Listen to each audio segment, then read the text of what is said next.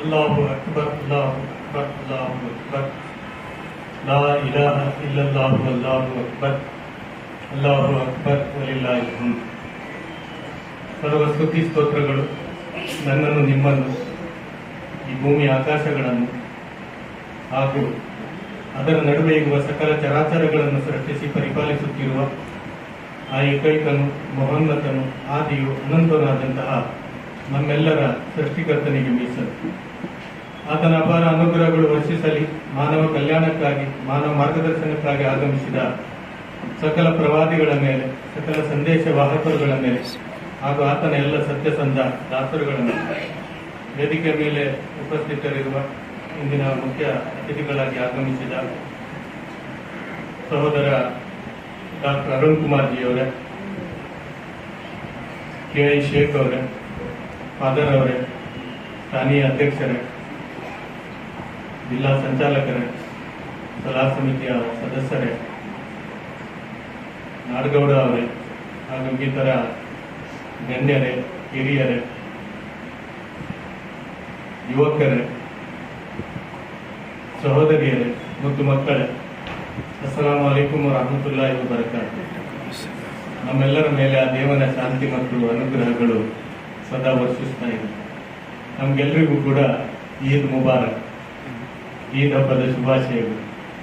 ಈ ಈದ್ ಈ ದೇಶಕ್ಕೆ ಶಾಂತಿಯನ್ನು, ನೆಮ್ಮದಿಯನ್ನು, ಪ್ರೀತಿಯನ್ನು, ಭ್ರಾತೃತ್ವವನ್ನು, ವಿಶ್ವಾಸವನ್ನು ತರಲಿ ಅಂತೇಳಿ ನಾವೆಲ್ಲರೂ ಸೇರಿ ಹಾರೈಸೋಣ. ಬಹಳ ಸುಂದರ ಸಂಜೆಯಲ್ಲಿ ಇವತ್ತು ನಾವಿದ್ದೇವೆ. ಇದಾಗಿ ಸರಿಸುಮಾರು 12 ದಿವಸಗಳು ಕಳೆದು, ಆದ್ರೂ ಆ ನೆನಪು ನಾವು ಮತ್ತೆ ಮತ್ತೆ ಮಾಡಬೇಕಾಗ್ತದೆ. ಸ್ಥಾನೀಯ ಅಧ್ಯಕ್ಷರು ಬಹಳ ಒಳ್ಳೆಯ ಮಾತನ್ನು ಮುಂದೆ ಇಟ್ಟು, ಹಬ್ಬಗಳು ಏನಾಗ್ತಾ ಇದೆ ಅಂತ ಖಂಡಿತ ನಮ್ಮನ್ನು ನಾವು ಪ್ರಶ್ನಿಸ್ಕೊಳ್ಬೇಕಾಗ್ತದೆ. ಇವತ್ತಿನ ಹಬ್ಬಗಳು ಏನಾಗ್ತಾ ಇದೆ, ನಾವು ನಮ್ಮ ತಂದೆಯವರ ಜೊತೆ ಹಬ್ಬಗಳನ್ನು ಆಚರಿಸಿದ್ದಿದೆ, ನಮ್ಮ ಅಜ್ಜನ ಜೊತೆ ಹಬ್ಬ ಆಚರಿಸಿದ್ದಿದೆ. ಆವಾಗ ಹಬ್ಬ ಆಚರಿಸುವಾಗ ಯಾರ ಹಬ್ಬ ಆದರೂ ಕೂಡ ಅದು ಎಲ್ರಿಗೂ ಹಬ್ಬವಾಗಿರ್ತೀವಿ. ಹಬ್ಬದ ದಿವಸ ಏನಾದ್ರೂ ತಿನ್ಲಿಕ್ಕೆ ಸಿಗ್ತದೆ ಹೇಳುವಂತ ಒಂದು ಆಸೆ ಸೂರ್ಯ ಉದಯವಾಗುವಾಗಲೇ ನಮ್ಮ ಮನಸ್ಸಿನಲ್ಲಿ ಉದಯ ಆಗ್ತಿತ್ತು. ಯಾರದ್ದೇ ಹಬ್ಬ ಆಗ್ಲಿ, ನಮ್ಗೆ ಇವತ್ತು ಏನೋ ತಿಂಡಿ ಸಿಗ್ತದೆ, ಏನೋ ಹೊಟ್ಟೆ ತುಂಬುತ್ತದೆ, ಇವತ್ತು ಏನೋ ಸ್ವಲ್ಪ ನಾವಿವತ್ತು ಗಮ್ಮತ್ ಮಾಡಬಹುದು ಹೇಳುವಂತ ಭಾವನೆ. ಇದೇ ಭಾರತದಲ್ಲಿ ನಮ್ಮ ಅಜ್ಜಂದಿರ, ಅಜ್ಜಿಯಂದಿರ, ನಮ್ಮ ತಂದೆ ತಾಯಿಯಂದಿರ ಹಬ್ಬಗಳಲ್ಲಿ, ಆದ್ರೆ ನಮ್ಮಲ್ಲಿ ಅದಿಲ್ಲ. ನಾವು ಎಷ್ಟುವರೆಗೆ ಕೆಟ್ಟು ಹೋಗಿದ್ದೇವೆ ಅಂದ್ರೆ, ಪೊಲೀಸರು ಇಲ್ಲದೆ ಹಬ್ಬ ಆಚರಣೆ ಸಾಧ್ಯ ಇಲ್ಲ ಹೇಳುವಷ್ಟರ ಮಟ್ಟಕ್ಕೆ ನಾವು ಕೆಟ್ಟು ಹೋಗಿದ್ದೇವೆ. ಯಾವ ಹಬ್ಬ ಆದ್ರೂ ಕೂಡ ಪೊಲೀಸ್ ಇಲಾಖೆಗೆ ಒಂದು ರೀತಿಯ ಟೆನ್ಷನ್ ಆರಂಭ, ಯಾವಾಗ ಹಬ್ಬ ಮುಗಿಯುತ್ತದೆ. ಅಂತಹ ಒಂದು ವಿಷಮ ಪರಿಸ್ಥಿತಿಯಲ್ಲಿ ನಮ್ಮ ಸಮಾಜ ಹಾದು ಹೋಗ್ತಾ ಇದೆ. ಆ ಕಾರಣಕ್ಕಾಗಿ ಜಮಾತೆ ಇಸ್ಲಾಮಿಯಿಂದ ಮಾತ್ರ ಅಲ್ಲ ಇಂಥ ಸಮಾರಂಭಗಳನ್ನು ಆಯೋಜಿಸುವಂತಹದ್ದು. ಈ ನಾಡಿನ ಎಲ್ಲ ಜನರ ಅಗತ್ಯ ಆಗಬೇಕು. ನಾವೆಲ್ಲ ಹಬ್ಬಗಳನ್ನು ಎಲ್ಲರೂ ಸೇರಿ ಆಚರಿಸುವಂತ ಒಂದು ವಾತಾವರಣ ಈ ಈದಿನ ಮುಖಾಂತರ ಈ ಸಮಾಜದಲ್ಲಿ ಬರಬೇಕು. ನಮ್ಗೆಲ್ಲರ ಹಬ್ಬ ನಾವು ಸೇರಿಕೊಂಡು ಆಚರಣೆ ಮಾಡೋದು. ಅದು ಬಸವ ಜಯಂತಿ ಇರ್ಬೋದು, ಅಂಬೇಡ್ಕರ್ ಜಯಂತಿ ಇರ್ಬೋದು, ಗಾಂಧಿ ಜಯಂತಿ ಇರ್ಬೋದು, ನಾವೆಲ್ಲರೂ ಸೇರಿ ಆಚರಣೆ ಮಾಡೋಣ. ಯಾಕಂದ್ರೆ ಹಿರಿಯರು ಯಾವ ಭಾರತವನ್ನು ನಮಗೆ ಬಿಟ್ಟು ಹೋಗಿದ್ದಾರೋ, ನಮ್ಮ ಮುಂದಿನ ಪೀಳಿಗೆಗೆ ಆ ಭಾರತ ನಮಗೆ ಅವರಿಗೆ ಬಿಟ್ಟು ಹೋಗ್ಬೇಕು. ಅದು ಬಿಟ್ಟು ಹೋಗಲಿಲ್ಲ ಅಂದ್ರೆ ಈ ಭಾರತ ಇನ್ನಷ್ಟು ಹದಗೆಟ್ಟು ಇನ್ನೊಂದು ಸ್ವಾತಂತ್ರ್ಯ ಹೋರಾಟದ ಅನಿವಾರ್ಯತೆಗೆ ಒಳಗಾಗಬಹುದು. ಅಂತಹ ಪರಿಸ್ಥಿತಿ ಬರುವುದಕ್ಕೆ ಮೊದಲು ನಾವೆಲ್ಲರೂ ಕೂಡ ಜಾಗ್ರತೆಯಿಂದ ನಮ್ಮ ಹೆಜ್ಜೆಗಳನ್ನು ಇಡಬೇಕಾದ್ದು ಬಹಳ ಮುಖ್ಯ ಅಂತ ಹೇಳಿ ನಾವು ಭಾವಿಸುತ್ತೇವೆ. ಎರಡನೇದಾಗಿ,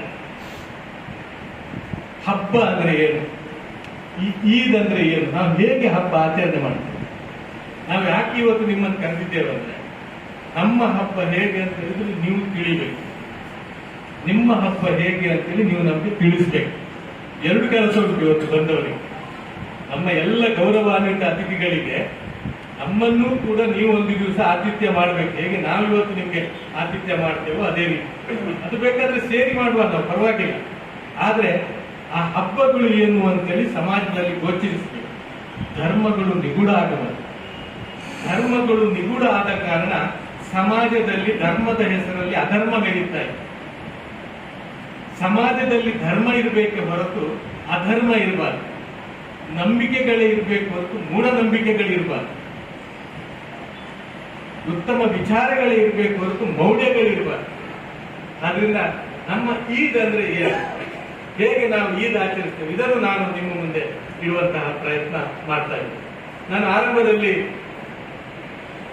ಈದಿನ ಒಂದು ಘೋಷಣೆಯನ್ನು ನಿಮ್ಮ ಮುಂದೆ, ಇದು ಈದಿನ ಘೋಷಣೆ ಆಗಿದೆ. 2 ಈದ್ಗಳು ನಮಗಿರುವಂತಹ, 2 ಬಿಟ್ಟು 3ನೇ ಒಂದು ಈದು ಪ್ರವಾದಿಗಳು ಸೂಚಿಸಲಿಲ್ಲ. ಅದು ಯಾರು 2 ಬಿಟ್ಟು 3ನೇದ್ದು 4ನೇದ್ದು ಮಾಡದಿದ್ರೆ ಅದು ಮುಸ್ಲಿಮರು ಮಾಡಿಕೊಂಡಿರುವಂತದ್ದು. ಅದಕ್ಕೂ ಪ್ರವಾದಿಗಳಿಗೆ ಒಂದು ಸಂಬಂಧ ಇದೆ. 2 ಈದ್ಗಳಿಗೆ ಪ್ರವಾದಿಗಳು ಸೂಚಿಸಿದ್ದಾರೆ, 2 ಹಬ್ಬಗಳನ್ನು ಮಾಡಬೇಕು.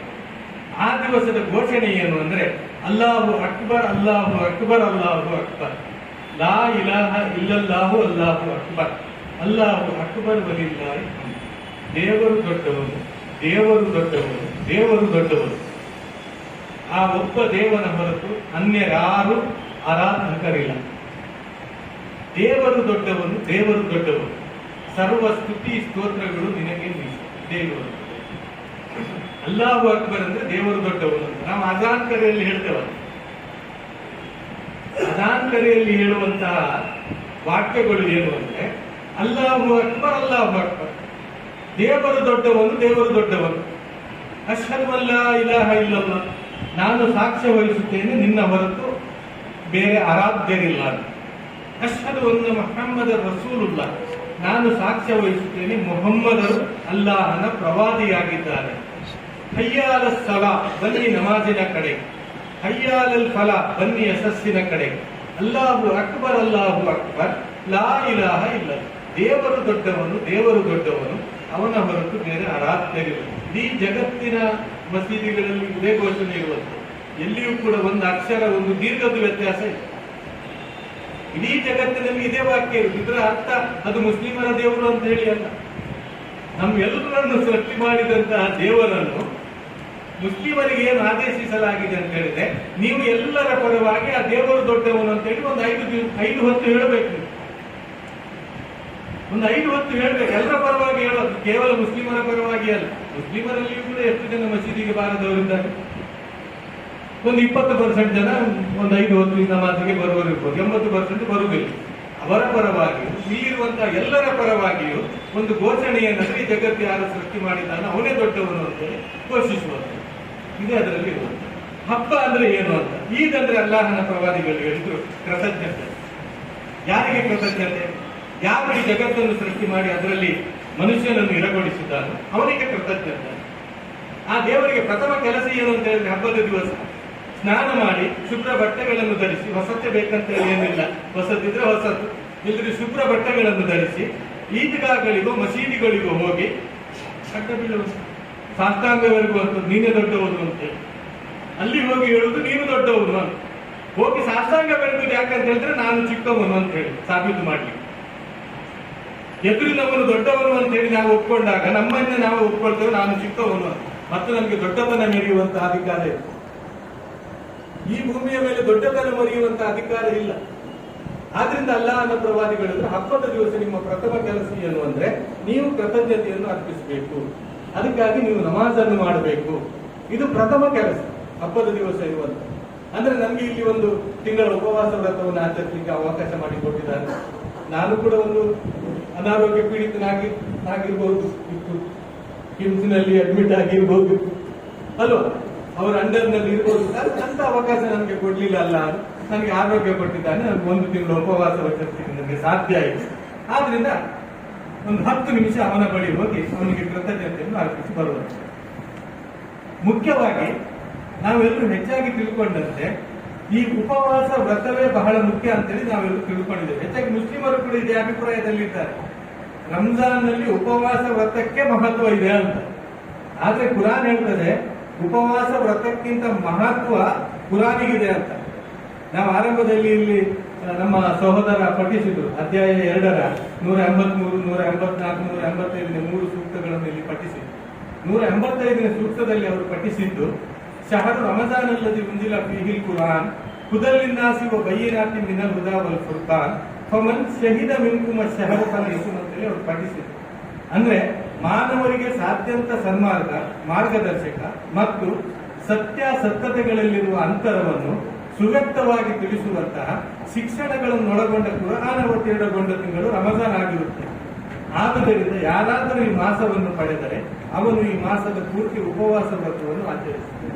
ಅಂದ್ರೆ ಈ ತಿಂಗಳಲ್ಲಿ ಕುರಾನ್ ಅವತೀರ್ಣವಾಗಿದೆ, ಅದು ಎಲ್ಲ ಮನುಷ್ಯರಿಗಾಗಿ ಆಗಿದೆ.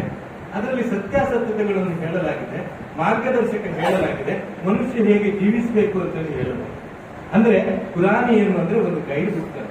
ನಾವು ಸಣ್ಣ ಮಿಕ್ಸಿ ತಗೊಂಡ್ರೆ ಒಂದು ಗೈಡ್ ಬುಕ್ ಕೊಡ್ತಾರೆ, ಒಂದು ಚಟ್ಲ ಕೊಡ್ತಾರೆ, ಒಂದು ಫ್ರಿಡ್ಜ್ ತಗೊಂಡ್ರೆ ಕೊಡ್ತಾರೆ, ಒಂದು ಕುಕ್ಕರ್ ತಗೊಂಡ್ರೆ ಕೊಡ್ತಾರೆ. ಅದೇ ರೀತಿಯಲ್ಲಿ ಜಗತ್ತನ್ನು ಸೃಷ್ಟಿಸಿದ ಆ ದೇವರು ಆಯಾಯ ಕಾಲಕ್ಕೆ ಸರಿಯಾಗಿ, ಆಯಾಯ ಜನರಿಗೆ ಸರಿಯಾಗಿ, ಆಯಾಯ ಸಂದರ್ಭಕ್ಕೆ ಅನುಗುಣವಾಗಿ ಆ ಗೈಡ್ ಬುಕ್ ಅನ್ನು ಕೊಟ್ಟು ಕಳಿಸಿದ್ದಾನೆ ಪ್ರವಾದಿಗಳ ಮೂಲಕ. ಇಸ್ಲಾಂ ಹೇಳ್ತದೆ, ಇಸ್ಲಾಮಿನ ಥಿಯರಿ ಯಾವಾಗ ಈ ಮನುಷ್ಯನ ಆಗಮನ ಈ ಭೂಮಿಯ ಮೇಲೆ ಆಯಿತೋ ಆವಾಗ ಅವನು ಮನುಷ್ಯರನ್ನು ಕೇವಲ ಭೂಮಿ, ಆಕಾಶ, ಸೂರ್ಯ, ಚಂದ್ರ, ನಕ್ಷತ್ರ, ಗಾಳಿ, ಬೆಳಕು, ಮಳೆ, ನೀರು ಮಾತ್ರ ಕೊಟ್ಟು ಕಳುಹಿಸಿದಲ್ಲ, ಬದಲಾಗಿ ಅವರ ಚಲನವಲನ, ಅವರ ಜೀವನ ಸಿದ್ಧಾಂತ ಹೇಗಿರ್ಬೇಕು ನೋಡೋದಕ್ಕೆ ಒಂದು ಗೈಡ್ ಬುಕ್ ಕಳಿಸಿದ್ದಾರೆ. ಪ್ರತಿ ಕಾಲದಲ್ಲಿ ಬಂದಿದೆ, ಎಲ್ಲ ಕಾಲಗಳಲ್ಲಿಯೂ ಕೂಡ ಬಂದಿದೆ. ಅದೇ ರೀತಿಯಲ್ಲಿ ಈ ಕಾಲಕ್ಕೆ ಪ್ರವಾದಿ ಮೊಹಮ್ಮದರನ್ನು ಅವನು ನಿಯೋಜಿಸಿ ಅವರಿಗೆ ಕುರಾನ್ ಕೊಟ್ಟು ಇದು ಇಡೀ ಜಗತ್ತಿನವರಿಗೆ ನೀವು ತಲುಪಿಸಬೇಕಂತ ಹೇಳಿದ್ದಾರೆ. ಎಲ್ಲ ಮನುಷ್ಯರಿಗೆ ನೀವು ಇದನ್ನು ತಲುಪಿಸಬೇಕು ಅಂತ. ಅದಕ್ಕಾಗಿ ಕುರಾನ್ ಎಲ್ಲಿ ಎಲ್ಲ ಅದು ಮಾತಾಡ್ತದೆ ಅದೆಲ್ಲ ಕಡೆ ಮಾತಾಡುವಾಗಲೂ ಕೂಡ ಓ ಮನುಷ್ಯರೇ ಅಂತ ಹೇಳ್ತದೆ. ಓ ಮನುಷ್ಯರೇ, ಓ ಸಂಗಾತಿಗಳೇ, ಓ ಪ್ರಿಯರೇ, ಓ ಅಲ್ಲಾಹನ ದಾಸರೇ, ಓ ವಿಶ್ವಾಸಿಗಳೇ, ಹೀಗೆ ಅದು ಸಂಬೋಧಿಸುತ್ತದೆ. ಅಂದ್ರೆ ಕುರಾನ್ ಕೇವಲ ಮುಸ್ಲಿಮರ ಗ್ರಂಥ ಮಾತ್ರವಲ್ಲ, ಇಡೀ ಜಗತ್ತಿನ ಎಲ್ಲ ಮನುಷ್ಯರ ಹಕ್ಕಿದೆ ಆ ಗ್ರಂಥದ ಮೇಲೆ. ಅದರ ಅರ್ಥ ಎಲ್ಲ ಅದನ್ನು ಓದಿ ಮುಸ್ಲಿಂ ಆಗ್ಬೇಕಂತ ಹೇಳಿಯೂ ಕೂಡ ಅಲ್ಲ. ನೀವು ಯಾರು ಅಂತ ಹೇಳಿ ನೀವು ತಿಳ್ಕೊಳ್ಬೇಕಂತ. ನೀವು ಯಾರು, ನಿಮ್ಮ ದೇವರು ಯಾರು, ಈ ಜಗತ್ತು ಯಾಕೆ ಸೃಷ್ಟಿ ಮಾಡಲಾಗಿದೆ, ಈ ಜಗತ್ತಿನ ನಂತರ ಇನ್ನೊಂದು ಜಗತ್ತಿಗೆ ಹೋಗ್ಲಿಕ್ಕಿದ್ದೀರಿ, ಆ ಜಗತ್ತು ಹೇಗಿರ್ತದೆ, ಇದೆಲ್ಲ ಅದರಲ್ಲಿ ಹೇಳಿರುವಂತದ್ದು. ಆದ್ರಿಂದ ಈ ಕುರಾನಿನ ಮೇಲೆ ಎಲ್ಲರ ಹಕ್ಕಿದೆ. ಆ ಕುರಾನ್ ಈ ತಿಂಗಳಲ್ಲಿ ಅವತೀರ್ಣವಾಗಿದೆ, ಅದಕ್ಕೆ ಹೇಳಲಾಯಿತು ಆ ಕುರಾನಿನ ಸೆಲೆಬ್ರೇಟ್ ಆಗಿ ಅದರ ಗೌರವವಾಗಿ ನೀವು 1 ತಿಂಗಳ ಉಪವಾಸ ವ್ರತ ಆಚರಿಸಿ. 1 ತಿಂಗಳ ಉಪವಾಸ ವ್ರತ ಆಚರಿಸಿದ ನಂತರ ಪ್ರವಾದಿಗಳು ಹೇಳಿದ್ರು ನೀವು ಹಬ್ಬ ಆಚರಿಸಿ, ಒಂದು ಹಬ್ಬ ಆಚರಿಸಿ ನೀವು ಸಂತೋಷ ಪಡಬೇಕು. ಆ ಹಬ್ಬದಲ್ಲಿ ಕೆಲವು ಡ್ಯೂಟಿಗಳನ್ನು ಕೊಡಲಾಯಿತು. 1ನೇದಾಗಿ ನೀವು ಅಲ್ಲಾಹನಿಗೆ ಕೃತಜ್ಞತೆ ಅರ್ಪಿಸಬೇಕು. ಮತ್ತೆ ಬಾಕಿ ನಾನು ಹೇಳುತ್ತಿರುವಂತಹ 5 ಅಂಶಗಳು ಅದು ಮನುಷ್ಯನಿಗೆ ಸಂಬಂಧಪಟ್ಟಿದೆ. ಹಬ್ಬದಲ್ಲಿ ಏನು 6-7 ಅಂಶಗಳನ್ನು ಪ್ರವಾದಿಗಳು ಹೇಳಿದ್ದಾರೆ, ಅಥವಾ ಅದಕ್ಕಿಂತ ಜಾಸ್ತಿ ಇರ್ಬೋದು. ನನ್ನ ಅಧ್ಯಯನದ ಪ್ರಕಾರ ನನಗೊಂದು 6 ಅಂಶ ನನಗೆ ಸಿಕ್ಕಿದೆ. ಅದರಲ್ಲಿ 1 ಅಂಶ ಮಾತ್ರ ದೇವರಿಗೆ ಸಂಬಂಧಪಟ್ಟಿರುವುದು, ಅಲ್ಲಾಹನಿಗೆ ಸಂಬಂಧಪಟ್ಟಿರುವುದು. ಅದರ ನಂತರದ ಎಲ್ಲ ವಿಷಯಗಳು ಮನುಷ್ಯರಿಗೆ ಸಂಬಂಧಪಟ್ಟಿರುವುದು. ಅಲ್ಲಾಹನ ಪ್ರವಾದಿ ಹೇಳುತ್ತಾರೆ, ಈದಂದ್ರೆ ಅದು ಫಲಗಳಿಕೆಯ ದಿವಸವಾಗಿದೆ, ನೀವು ಫಲವನ್ನು ಗಳಿಸುವಂತಹ ದಿವಸವಾಗಿದೆ. ಹೇಗೆ ಫಲ ಗಳಿಸುವಂತಹ ದಿವಸ ಅಂದ್ರೆ ನೀವು ಇಡೀ ತಿಂಗಳು ಉಪವಾಸ ವ್ರತವನ್ನು ಆಚರಿಸುವ ಮಾತ್ರ ಅಲ್ಲ, ನಿಮಗೆ ಒಂದು ಕಡ್ಡಾಯ ದಾನ ಜಕಾತ್ ಅಂತ ಹೇಳಿ ನಾವು ನಿರ್ಬಂಧಗೊಳಿಸಿದ್ದೇವೆ, ನೀವು ಅದನ್ನು ಕೂಡ ಪಾವತಿ ಮಾಡಿದ್ದೀರಿ. ಯಾರ ಬಳಿ ವಾರ್ಷಿಕ ಖರ್ಚನ್ನು ಕಳೆದು ಅದು ಕರೆನ್ಸಿಯ ರೂಪದಲ್ಲಿ ಆಗಿರಲಿ, ಅಥವಾ ಬಂಗಾರದ ರೂಪದಲ್ಲಿ ಆಗಿರಲಿ, ಬೆಳ್ಳಿಯ ರೂಪದಲ್ಲಿ ಆಗಿರಲಿ, ಕಬ್ಬಿಣದ ರೂಪದಲ್ಲಾಗಿರಲಿ, ಖನಿಜ ಸಂಪತ್ತಿನ ರೂಪದಲ್ಲಾಗಿರಲಿ, ಅಥವಾ ಅದು ದವಸ ಧಾನ್ಯಗಳ ರೂಪದಲ್ಲಾಗಿರಲಿ, ಅಥವಾ ಅದು ಜಾನುವಾರುಗಳ ರೂಪದಲ್ಲಾಗಿರಲಿ, ಅಥವಾ ಅದು ಪೆಟ್ರೋಲು, ಡೀಸೆಲು ಇಂತಹ ಕೆಮಿಕಲ್ಗಳ ರೂಪದಲ್ಲಾಗಿರಲಿ, ಯಾವ ರೂಪದಲ್ಲಿ ನಿಮಗೆ 1 ವರ್ಷದ ನಿಮ್ಮ ಖರ್ಚುಗಳಿಗೆ ಏನು ಉಳಿಯುತ್ತದೆಯೋ ಅದರ ಮೇಲೆ 2.5% ನೀವು ಕಡ್ಡಾಯವಾಗಿ ಇಲ್ಲಿನ ಬಡವರಿಗೆ, ನಿರ್ಗತಿಕರಿಗೆ, ಅಬಲೆಯರಿಗೆ, ಅನಾಥರಿಗೆ, ಇಲ್ಲದವರಿಗೆ ದಾನ ಮಾಡಬೇಕು. ಇದು ನಿಮ್ಮ ಮೇಲೆ ಕಡ್ಡಾಯ ಅಂತ ಹೇಳಲಾಗಿದೆ. ಯಾರ ಬಳಿ 40,000 ರೂಪಾಯಿ ಇದೆ ಅವಳು 1,000 ರೂಪಾಯಿ ತೆಗಿಬೇಕು. ಯಾರ ಬಳಿ 40 ಪವನ್ ಚಿನ್ನ ಇದೆ ಅವಳು 1 ಪವನ್ ಚಿನ್ನ ತೆಗಿಬೇಕು. ಇದು ಕಡ್ಡಾಯ ದಾನ ಅಂತೇಳಿ ಹೇಳಲಾಗಿದೆ. ಇಷ್ಟು ಕೊಟ್ಟೆ ಆಗಬೇಕು, ಇದು ಕೊಡದಿದ್ರೆ ಆಗುದೇ ಇಲ್ಲ. ಇದು ಕೊಡತೆ ಇದ್ರೆ ನೀವು ಹಲಾಲ್ ಸಂಪತ್ತು ಮಾಡಿದ, ಹಲಾಲ್ ಅಂದ್ರೆ ಕೇವಲ ಕೋಳಿ ಕಟ್ಟು ಮಾಡೋದು ಮಾತ್ರ ಅಲ್ಲ. ಇವತ್ತು ಗಲಾಟೆ ಅದು ಕೋಳಿ ಕಟ್ಟು ಮತ್ತು ಕುರಿ ಕಟ್ಟು ಮಾಡುವಾಗ ಹಲಾಲ್ ಹೇಳ್ತಾರೆ, ಅದಕ್ಕೆ ನಾವು ಇವಾಗ ಜಟ್ಕಾ ಕಟ್ಟು ಮಾಡ್ತೇವೆ ಅಂತ ಹೇಳಿ ಹೇಳ್ತಾರೆ.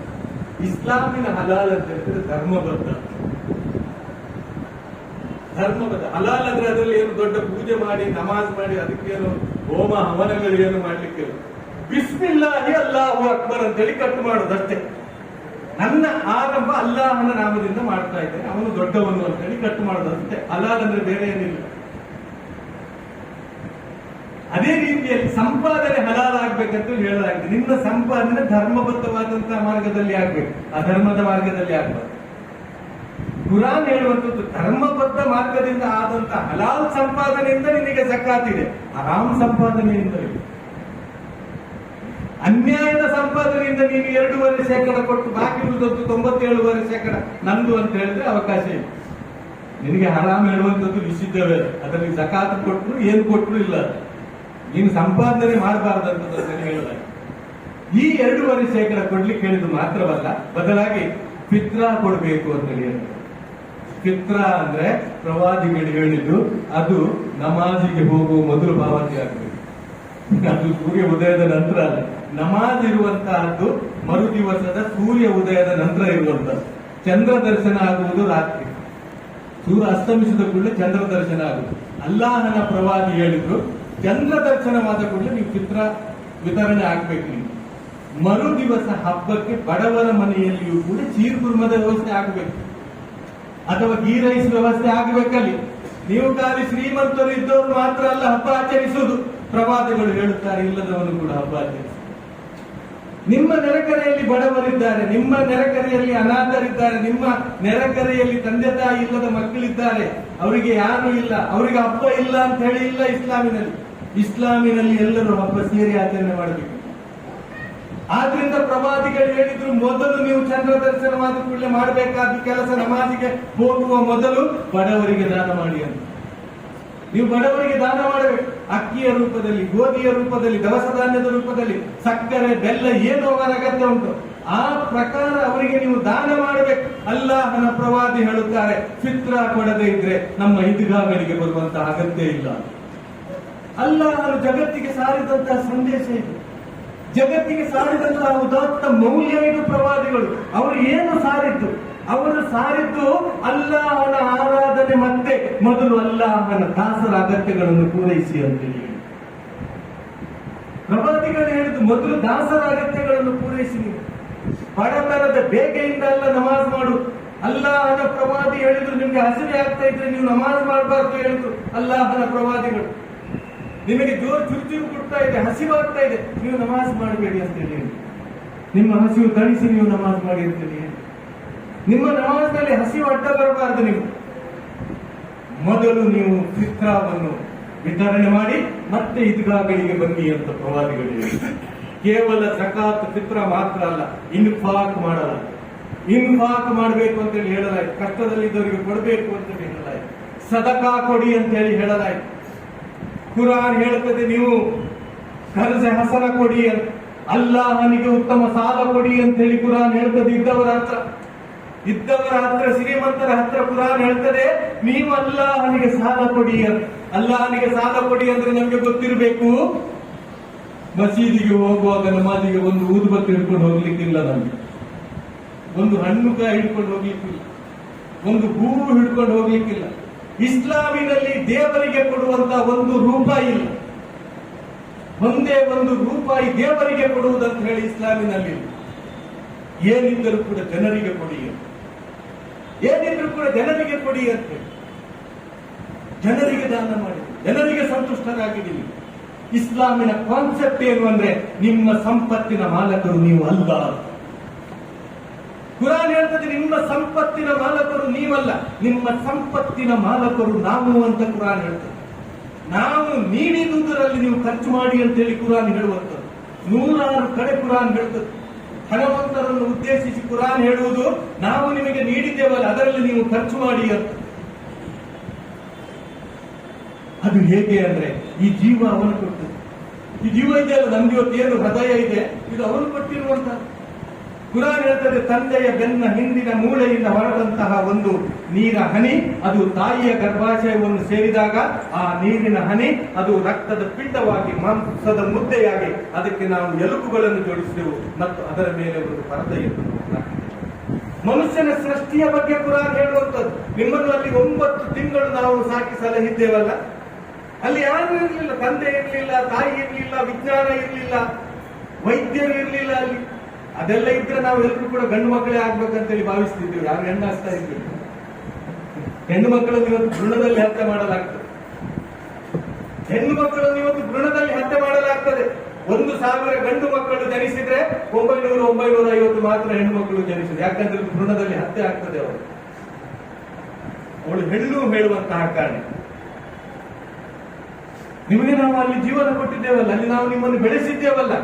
ಈ ಜಗತ್ತನ್ನು ಕಾಣುತ್ತಿರುವಂತಹ ಕಣ್ಣು, ಈ ಜಗತ್ತನ್ನು ಕೇಳುತ್ತಿರುವಂತಹ ಈ ಕಣ್ಣು, ಈ ಜಗತ್ತಿನೊಂದಿಗೆ ಸಂಭಾಷಣೆ ನಡೆಸುವಂತಹ ಈ ನಾಲಿಗೆಲ್ಲ ಹುಟ್ಟಿದಲ್ಲಿ ತಾಯಿಯ ಹೊಟ್ಟೆ ಹೇಳುವಂತಹ ಒಂದು ಅಂಧಕಾರದ ಗವಿಯ ಒಳಗೆ ಹುಟ್ಟಿರುವಂತ, ಅಲ್ಲಿಂದ ಹುಟ್ಟಿ ಜಗತ್ತಿಗೆ ಬಂದದ್ದು ನಾವು. ಅಲ್ಲಿ ಯಾರು ನಮ್ಮನ್ನು ಸೃಷ್ಟಿ ಮಾಡಿದ್ದಾರೆ, ಯಾರು ಜೀವನ ಕೊಟ್ಟಿದ್ದಾರೆ, ಯಾರು ಈ ಅಂಗಾಂಗಗಳನ್ನು ಅಲ್ಲಿ ಜೋಡಿಸಿದವರು, ನಾವು ಎಂದಾದ್ರೂ ಇದರ ಬಗ್ಗೆ ಆಲೋಚನೆ ಮಾಡಿದ್ದೇವೆ? ಅವನೇ ದೇವರು ಅಂತೇಳಿ ಹೇಳಿದ. ಯಾರು ನಿಮಗೆ ಅಲ್ಲಿ ಜೀವನ ಕೊಟ್ಟಿದ್ದಾನೆ, ಯಾರು ನಿಮಗೆ ಇಲ್ಲಿ ಜೀವನ ಕೊಡ್ತಾ ಇದ್ದಾರೋ ಅವನೇ ದೇವರು ಅಂತೇಳಿ ಹೇಳಲಾಯಿತು. ಬಹಳ ಒಳ್ಳೆಯ ಕಾನ್ಸೆಪ್ಟ್ ಇಸ್ಲಾಂ ಕೊಡುದು, ಅವನು ಒಬ್ಬನೇ ಅಂತ ಹೇಳಿ. ಬೇರೆ ಯಾರು ಇಲ್ಲ ಅಂತ, ಅವನಲ್ಲಿ ಪಾಲುದಾರಿಕೆಯೂ ಕೂಡ ಯಾರಿಗೂ ಇಲ್ಲ ಅಂತ, ಅವನಿಗೆ ಯಾರು ಸಪೋರ್ಟ್ ಕೂಡ ಮಾಡಲಿಲ್ಲ ಅಂತ ಹೇಳಿ ಕುರಾನ್ ಹೇಳ್ತದೆ. ಅವನ ಸೃಷ್ಟಿಯಲ್ಲಿ ಅವನೇ ಇರುವಂತದ್ದು, ಅವನಿಗೆ ಯಾರು ಸಪೋರ್ಟ್ ಮಾಡಲಿಲ್ಲ, ಅವನದ್ದು ಯಾರು ಪಾಲುಗಾರಿಕೆಯೂ ಇಲ್ಲ. ಆ ನಿಟ್ಟಿನಲ್ಲಿ ನಾವು ನಿಮಗೆ ಏನು ಕೊಟ್ಟಿದ್ದೇವೆಯೋ ಅದು ನಮ್ದು ಕೊಟ್ಟಿದ್ರಿಂದ ಆ ಮೆದುಳನ್ನು ಉಪಯೋಗಿಸಿ, ಆ ಕೈಕಾಲುಗಳನ್ನು ಉಪಯೋಗಿಸಿ, ಆ ಶಕ್ತಿಯನ್ನು ಉಪಯೋಗಿಸಿದ ಸಂಪತ್ತಿದೆಯಲ್ಲ, ಇದರ ಮಾಲೀಕ ನೀನು ಅಲ್ಲ ಅಂತೇಳಿ ಕುರಾನ್ ಹೇಳ್ತದೆ. ಇದರ ಮಾಲೀಕರು ನಾವು ಹೇಳಿದಾಗೆ ನೀವು ಖರ್ಚು ಮಾಡ್ತಾ ಹೋಗಿ, ಖರ್ಚು ಮಾಡಿ. ಅದಕ್ಕೆ ಅಲ್ಲಾಹನ ಪ್ರವಾದಿ ಹೇಳಿದ್ರು, ಈದಂತ ಹೇಳಿದ್ರೆ ಖರ್ಚು ಮಾಡಿದವನು ಪಡ್ಕೊಂಡವನು ಇಬ್ಬರು ಸೇರಿ ಆ ದೇವರಲ್ಲಿ ಬೇಡುವ ದಿವಸ, ಫಲವನ್ನು ಗಳಿಸುವಂತಹ ದಿವಸ ಅಂತ ಪ್ರವಾದಿ. ಕೊಡುವವನು ಹೇಗೆ ಬೇಡಬೇಕು, ನನಗೆ ಇನ್ನಷ್ಟು ಜಾಸ್ತಿ ಕೊಡು, ನಾನು ಇನ್ನಷ್ಟು ನಿನ್ನ ದಾಸರಿಗೆ ಕೊಡ್ತೇನೆ. ತಗೊಂಡವನು ಹೇಳ್ಬೇಕು, ನಾನು ಈ ವರ್ಷ ತಗೊಂಡಿದ್ದೆ, ನನಗೆ ಬರುವ ವರ್ಷ ನನಗೂ ಕೂಡ ಕೊಡುವವನಾಗಿ ಮಾಡುವ. ಹಾಗೆ ಅಲ್ಲಾಹನ ಪ್ರವಾದಿ ಹೇಳಿದ್ರು, ಈದ್ ಅಂದ್ರೆ ಅದು ಫಲಗಳಿಕೆಯ ದಿವಸ. ಅಲ್ಲಾಹನ ಪ್ರವಾದಿ ಹೇಳಿದ್ರೆ ಈದ್ ಅಂತ ಹೇಳಿದ್ರೆ ಪ್ರಾಯಶ್ಚಿತ್ತದ ದಿವಸ ಅಂತ. ಪ್ರಾಯಶ್ಚಿತ್ತದ ದಿವಸ ಕೇವಲ ಹೊಸ ಬಟ್ಟೆಗಳನ್ನು, ಒಳ್ಳೆಯ ಬಟ್ಟೆಗಳನ್ನು ಹಾಕಿಕೊಂಡು ಪೇಟೆಯಲ್ಲಿ ತಿರುಗುವುದು ಮಾತ್ರ ಅಲ್ಲ, ಪರ್ಫ್ಯೂಮ್ ಅಥವಾ ಅತ್ತರಗಳನ್ನು ಹಾಕಿಕೊಂಡು ತಿರುಗುವುದು ಮಾತ್ರ ಅಲ್ಲ. ಅಲ್ಲಾಹನ ಪ್ರವಾದಿ ಹೇಳಿದ್ರು, ನಿಮ್ಮಿಂದ ಯಾರಿಗಾದ್ರೂ ತೊಂದರೆ ಆಗಿದ್ದಿದ್ರೆ ಈ ದಿವಸ ನೀವು ಕ್ಷಮೆಯನ್ನು ಯಾಚಿಸಿಕೊಳ್ಬೇಕು. ಅದು ಈದ್, ನಿಮಗೆ ಈದ್ ಆಗ್ತದೆ ಅಂತ ಹೇಳಿ ಪ್ರವಾದಿಗಳು ಹೇಳ್ತಾರೆ. ಆ ಸಂತೋಷ ಹೇಳುವಂತದ್ದು ನಿಮ್ಗೆ ಯಾವಾಗ ಸಂತೋಷ ಆಗ್ತದೆ ಅಂದ್ರೆ, ನೀವು ಹಾಕಿದ ಹೊಸ ಬಟ್ಟೆ, ನೀವು ತೊಟ್ಟಂತಹ ಒಳ್ಳೆಯ ಬಟ್ಟೆ, ಅದಕ್ಕೆ ನೀವು ಹಾಕಿದಂತಹ ಪರಿಮಳ, ಅದು ಬೇರೆಯವರನ್ನು ಆಲಂಗಿಸಿ ನಾನು ನಿನಗೆ ತಪ್ಪು ಮಾಡಿದ್ದೇನೆ, ನನ್ನನ್ನು ಕ್ಷಮಿಸಿ ಬಿಡು ಅಂದಾಗ ಅದು ಈದ್ ಆಗ್ತದೆ ಅಂತ ಹೇಳಿ ಪ್ರವಾದಿಗಳು. ನೀವು ಕ್ಷಮಿಸಿಕೊಳ್ಳಬೇಕು ಈ ದಿವಸ. ಯಾರಿಂದಲೂ ನಿಮಗೆ ಕಂಪ್ಲೇಂಟ್ಸ್ಗಳು ಇರಬಾರ್ದು. 1 ತಿಂಗಳ ಉಪವಾಸವನ್ನು ಆಚರಿಸಿದ್ದೀವಿ, ಅವನ ಆಜ್ಞೆಗೆ ಅನುಗುಣವಾಗಿ ಈ ದಿನ ಸಂತೋಷದಲ್ಲಿ ನೀವು ಕ್ಷಮಿಸಿಕೊಳ್ಬೇಕು ಅಂತೇಳಿ ಪ್ರವಾದಿಗಳು ಹೇಳಿದ್ರು. ಅಷ್ಟು ಮಾತ್ರ ಅಲ್ಲ, ನಿಮಗೆ ಯಾರಾದರೂ ತೊಂದರೆ ಕೊಟ್ಟದಿದ್ರೆ ಈ ದಿವಸ ಅವರನ್ನು ಕೂಡ ಕ್ಷಮಿಸಿ ಬಿಡಿ ಅಂತೇಳಿ ಪ್ರವಾದಿಗಳು. ಎಂತ ಒಂದು ಸುಂದರ ಸಮಾಜದ ಫಾರ್ಮುಲಾವನ್ನು ಪ್ರವಾದಿಗಳು ಕೊಡುತ್ತಾರೆ. ನಾನು ಯಾರಿಗಾದ್ರೂ ತೊಂದರೆ ಕೊಟ್ಟದಿದ್ರೆ ನಾನು ಕ್ಷಮಿಸಿ ಬಿಡ್ಬೇಕು, ಮತ್ತು ನನಗೆ ಯಾರಾದ್ರೂ ತೊಂದರೆ ಕೊಟ್ಟದಿದ್ರೆ ನಾನು ಹೇಳಬೇಕು, ನಾನು ಎಲ್ಲರನ್ನು ಈ ದಿವಸ ಕ್ಷಮಿಸಿ ಬಿಟ್ಟಿದ್ದೇನೆ. ಪ್ರವಾದಿಗಳು ಅಷ್ಟು ಮಾತ್ರ ಹೇಳಿದ್ದಲ್ಲ, ಪ್ರವಾದಿಗಳು ಹೇಳುತ್ತಾರೆ, ಯಾರು ಅಲ್ಲಾಹನ ದಾಸರ ತಪ್ಪುಗಳನ್ನು ಕ್ಷಮಿಸುತ್ತಾನೋ ಅಲ್ಲಾಹನು ಅವರ ತಪ್ಪುಗಳನ್ನು ಕ್ಷಮಿಸುತ್ತಾನೆ. ನೀವು ಯಾಕೆ ಅವನ ದಾಸರ ತಪ್ಪುಗಳನ್ನು ಕ್ಷಮಿಸಬೇಕು ಅಂದ್ರೆ, ಅವನು ನಿಮ್ಮ ತಪ್ಪುಗಳನ್ನು ನೀವು ಕ್ಷಮಿಸಬೇಕು ಅಂತ ಹೇಳಿ ಬಯಸ್ತೀರ. ಅದಕ್ಕಾಗಿ ನೀವು ದಾಸರ ತಪ್ಪುಗಳನ್ನು ಕ್ಷಮಿಸಿ ಮತ್ತು ಆ ತಪ್ಪುಗಳಿಂದ ನೀವು ಮುಕ್ತರಾಗಿ, ಅದು ನಿಮಗೆ ಪ್ರಾಯಶ್ಚಿತ್ತದ ದಿನ ಅಂತ ಹೇಳಿ ಪ್ರವಾದಿಗಳು. 4ನೇದಾಗಿ ಪ್ರವಾದಿಗಳು ಹೇಳುತ್ತಾರೆ, ಈದ್ ಅಂದ್ರೆ ಸ್ಮರಣೆಯ ದಿವಸ. ನೀವು ಸ್ಮರಿಸಬೇಕು. ಯಾರು ನಿಮ್ಮ ಜೊತೆ ಈದಿಗೆ ಬರಲಿಲ್ಲ ಅವರನ್ನೆಲ್ಲ ಸ್ಮರಿಸಬೇಕು. ನೀವು ಬಡವರ ಮನೆಗಳಿಗೆ ಹೋಗ್ಬೇಕು. ಈ ಅತ್ತರ್ ಪರ್ಫ್ಯೂಮ್ನ ಪರಿಮಳ ಎಲ್ಲ ಇದೆಯಲ್ಲ, ಅದು ಬಡವನ ಮನೆಗೂ ಹೋಗ್ಬೇಕು, ಗುಡಿಸಲಿಗೂ ಹೋಗ್ಬೇಕು, ಅದು ಸ್ಲಂಬಿಗೂ ಹೋಗಬೇಕದು. ಯಾರಾದ್ರೂ ಫುಟ್ಪಾತ್ ನಲ್ಲಿದ್ರೆ ಅವರ ಬಳಿಗೂ ಹೋಗ್ಬೇಕದು ಪರಿಮಳ. ಯಾಕೆ ಹೋಗ್ಬೇಕು? ನೀವು ಅವರನ್ನು ಸ್ಮರಿಸಿ, ನಿಮಗೆ ಏನು ಕೊಟ್ಟಿದ್ದಾನೆ ಆ ದೇವರು, ಅದರ ಗ್ರೇಡ್ ಯಾವಾಗ ನಿಮಗೆ ಗೊತ್ತಾಗ್ತದೆ ಅಂದ್ರೆ ಬಡವರ ಬಳಿಗೆ ಹೋದಾಗ ಗೊತ್ತಾಗ್ತದೆ. ಆರೋಗ್ಯದ ಕೀಮತ್ತು ಯಾವಾಗ ತಿಳಿಯುವುದಂದ್ರೆ ಆಸ್ಪತ್ರೆಗಳಿಗೆ ಹೋದಾಗ. ಆಸ್ಪತ್ರೆಗಳಿಗೆ ಹೋದಾಗ ಆರೋಗ್ಯದ ಕಿಮ್ಮತ್ತು ತಿಳಿಯುತ್ತದೆ. ಬಡವರ ಮನೆಗಳಿಗೆ, ಸ್ಲಂಗಳಿಗೆ ಹೋದಾಗ ನಮ್ಮ ಸಂಪತ್ತಿನ ಕಿಮ್ಮತ್ತು ತಿಳಿಯುತ್ತದೆ. ಅಲ್ಲಾಹನ ಪ್ರವಾದಿ ಹೇಳಿದ್ರು, ನೀವು ಸ್ಮರಿಸಿ. ಯಾರಾದರೂ ನಿಮ್ಮ ಈದ್ಗಾಗಳಿಗೆ ಬರಲಿಕ್ಕೆ ಸಾಧ್ಯವಾಗದೆ ಮನೆಯ ಬೆಡ್ಗಳಲ್ಲಿ ಮಲಗಿರ್ಬೋದು, ಅವರಿಗೆ ಹೋಗಿ ಅವರಿಗೆ ಸಾಂತ್ವನ ನೀಡಿ ಅವರೊಟ್ಟಿಗೆ ನೀವು ಹಬ್ಬವನ್ನು ಆಚರಿಸಿ. ಯಾರಾದರೂ ಆಸ್ಪತ್ರೆಗಳಲ್ಲಿರ್ಬೋದು, ಆಸ್ಪತ್ರೆಗೆ ಭೇಟಿ ಕೊಡಿ.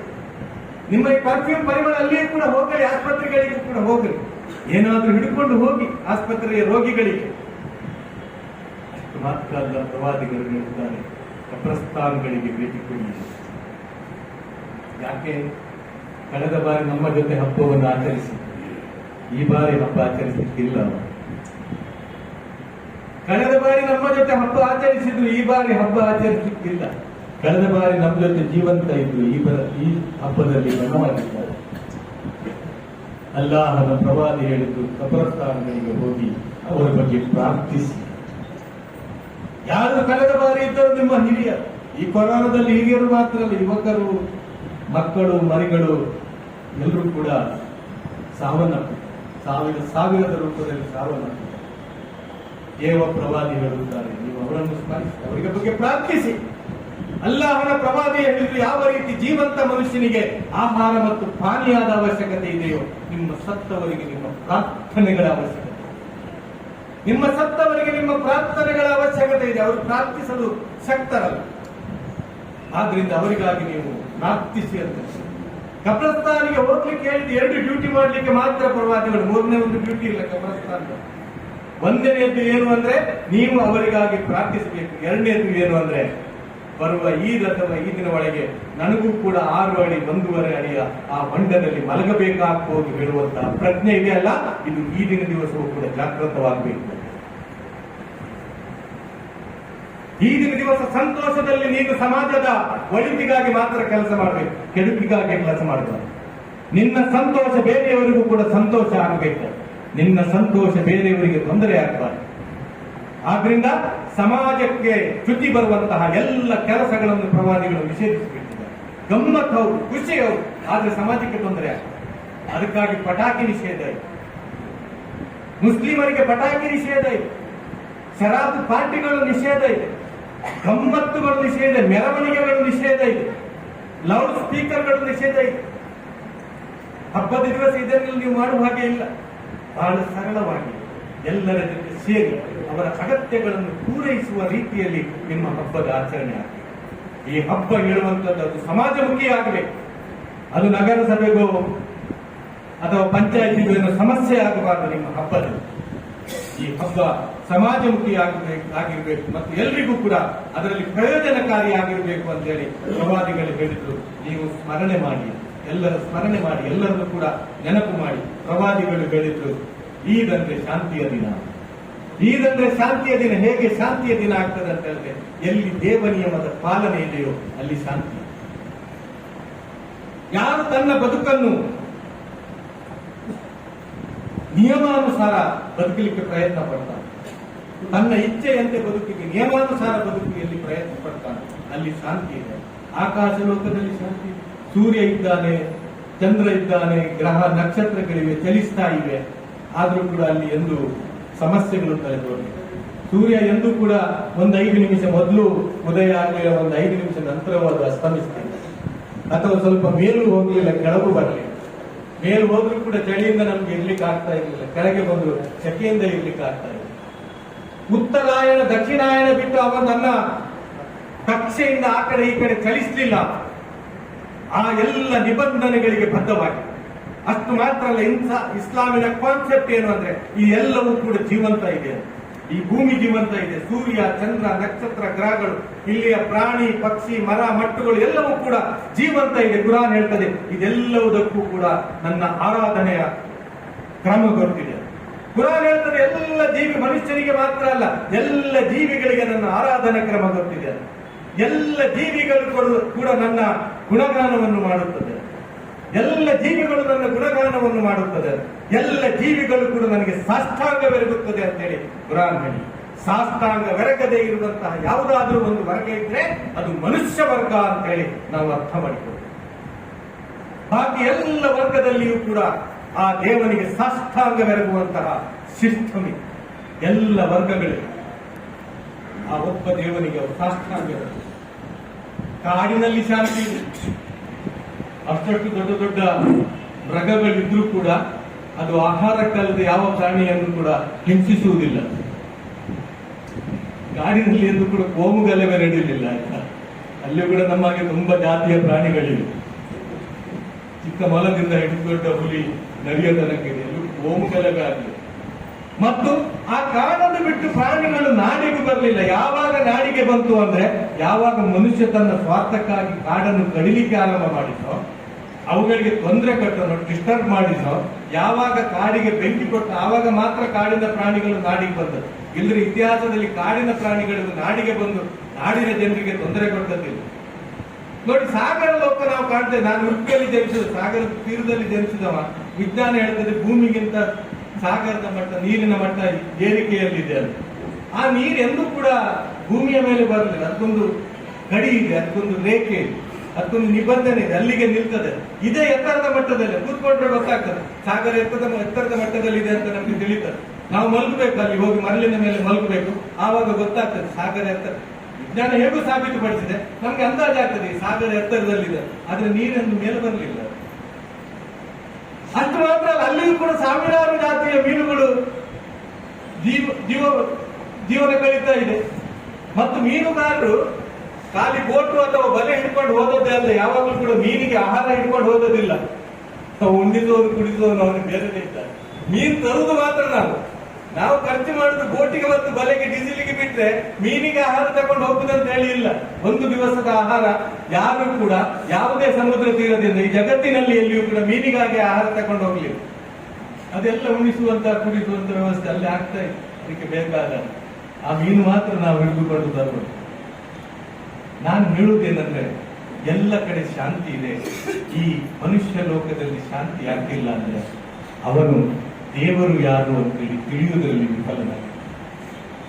ನನ್ನನ್ನು ಯಾರು ಸೃಷ್ಟಿ ಮಾಡಿದ್ದಾರೆ, ತಾಯಿಯ ಹೊಟ್ಟೆಯಿಂದ ಹಿಡಿದು ಈ ಜೀವನದ ತನಕ ನನ್ನನ್ನು ಸೃಷ್ಟಿ ಮಾಡಿದ್ದೀರ, ಯಾರ ಕಾರಣದಿಂದ ನಾನು ಇಲ್ಲಿ ಬದುಕುತ್ತಾ ಇದ್ದೇನೆ ಹೇಳುವಂತ ಸತ್ಯ ಇದೆಯಲ್ಲ, ಇದು ನಾವು ತಿಳ್ಕೊಳ್ಳಲು ವಿಫಲವಾಗಿದ್ದೇವೆ. ಆದ ಕಾರಣ ಇಲ್ಲಿ ಅಶಾಂತಿ ಇದೆ ಅಂತ ಪ್ರವಾದಿಗಳು ಹೇಳಿದ್ರು. ಈದಂದ್ರೆ ವಿಜಯದ ದಿನ.